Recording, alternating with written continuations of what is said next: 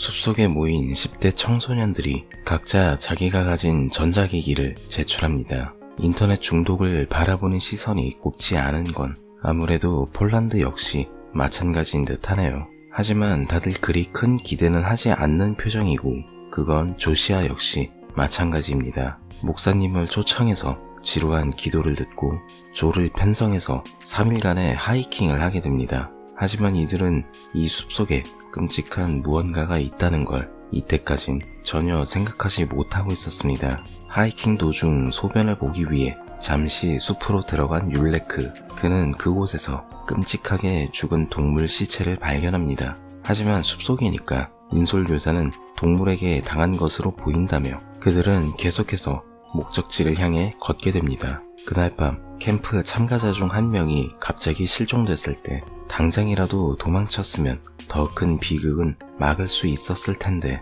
그렇게 하지 않은 것이 그들의 가장 큰 실수였지요. 폴란드라는 국가에 대해서 좀 생각을 해보자면 대중적으로 크게 와닿는 것이 잘 떠오르지 않는 게 사실이긴 해요. 그나마 게임을 좋아하는 분이라면 게임 개발사 CD 프로젝트 레드, 역사를 좋아하는 분이라면 윙드 후사르를 떠올리겠네요. 저도 폴란드 영화는 크게 접한 것이 많이 없긴 하지만 이 영화만큼은 정말 자신있게 말할 수 있을 것 같아요. 이건 정말 처음부터 끝까지 되담한 영화라고요. 사람의 인적이 드문 숲, 그리고 그곳에서 살아가는 타인들을 습격해 살해하는 흉측한 몰골의 사람들, 배경 설정만 놓고 보면 분명 떠오르는 영화가 있을 거예요. 13일의 금요일부터 시작해서 힐즈 아이즈, 데드 캠프 등의 영화에서 따온 요소들이 상당히 많지만 솔직히 이런 건 그닥 큰 문제는 안 됩니다. 애초에 이런 영화들에 등장하는 클리셰들도 고 웨스 크레이븐 감독의 공포의 휴가길이 원조니까요. 게다가 적어도 저 영화들은 재미라도 있었어요. 이 영화의 가장 큰 문제는 재미가 없다는 겁니다. 그냥 없는 것도 아니고 처음부터 끝까지 공포 영화로서 가져야 할 기본적인 긴장감 조성도 못해요. 가장 큰 원인은 영화의 주 무대인 숲이라는 공간을 정말 하나도 활용하지 못한 것이 가장 큽니다. 한쪽이 압도적으로 유리하다는 건 얼핏 생각하면 밸런스만 놓고 보면 딱히 맞지 않는 건 사실이지만 그 역경을 뒤엎고 맞이하는 엔딩이라는 점에서 관객에게 카타르시스를 제공해주기도 합니다.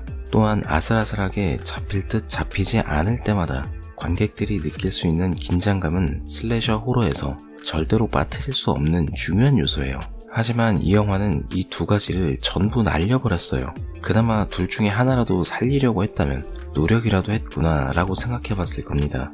영화 속 요소들은 분명히 익숙한 것들이에요. 그럼에도 불구하고 오히려 1980년대 영화와 비교해도 한참 꿀린다는 생각이 들 정도로 시종일관 지루해요. 적당히 이런 요소들을 붙여놓으면 대충 뭔가 나오지 않을까 하는 안일함이 보입니다. 당연히 제대로 나올 리가 없죠. 제대로 된 추격신 한 번도 없는 공포영화에서 무슨 긴장감을 느낄 수 있겠어요. 차라리 예수님이 물 위에서 슬릭백 추는 걸 보는 게 훨씬 더 박진감이 있을 거라고 장담합니다. 더 큰 문제는 주인공 캐릭터도 가지고 있어요. 주인공인 조시아에게 어떤 트라우마가 있으며 이로 인해 그녀가 스스로 인생을 포기할 뻔했다는 복선을 영화에서 대놓고 보여줍니다. 문제는 이런 트라우마가 영화 속 그녀의 행동에 대해서 그 어떠한 동기부여도 되지 못한다는 것이 문제예요. 애초에 이 캠프 자체가 인터넷 중독을 벗어나기 위함인데 가족과 관련된 트라우마를 가진 주인공과는 관련이 없어요. 그렇다고 바디 카운트 씬이 인상적이냐 하면 심지어 그것마저 연출을 못했어요. 이쯤 되면 정말 환장을 노리십니다. 한 가지 예를 들자면 살인마가 몰래 다가간다. 방심한 틈을 타 무기를 높이 치켜든다. 내려치기 전 무기를 한번 보여준 뒤에 그것이 어떠한 결과를 가져오는지를 보여줍니다. 최대한의 서스펜스를 일으킨 다음에 그걸 한꺼번에 폭발시키는 패턴은 전형적이지만 반대로 말하면 상당히 효과적이기도 하죠. 근데 정작 이런 건 또 연출을 못했어요. 그렇다고 기존의 것을 비틀었으면 재미라도 줘야 하는데 앞에서 계속 말했지만 그건 또 아니라는 게 문제예요. 대체 왜 다른 것들은 잘만 가져와 놓고 왜 이런 건 또 어설프게 잘라먹은 건지 이해 불가입니다. 감독이 나름대로 자신만의 방식을 고집했던 것 같은데 고집이라는 건 정말 실력 있는 사람이 부리는 것이지 이런 걸 우리는 아집이라고 불러요.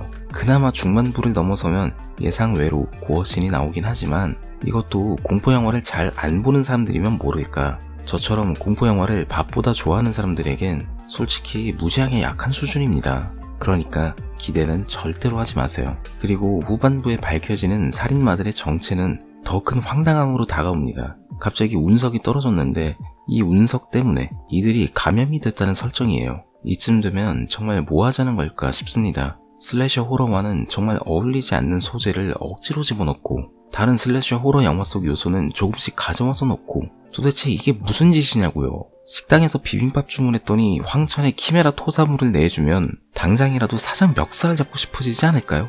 이 정도면 석가모니도 보리수로 쥐불놀이 하면서 오펜하이머 빙의에서 다 터뜨리지 않을까 싶네요. 그나마 정말 다행 중에 다행이라고 할 수 있는 건 앞에서도 말한 것처럼 호러 영화의 틀은 어느 정도 아주 최소한은 지키려고 했다는 것이 다행임을 알리면서 저는 이만 오늘의 가이드 마치겠습니다. 이상 가이드 P였습니다. 감사합니다.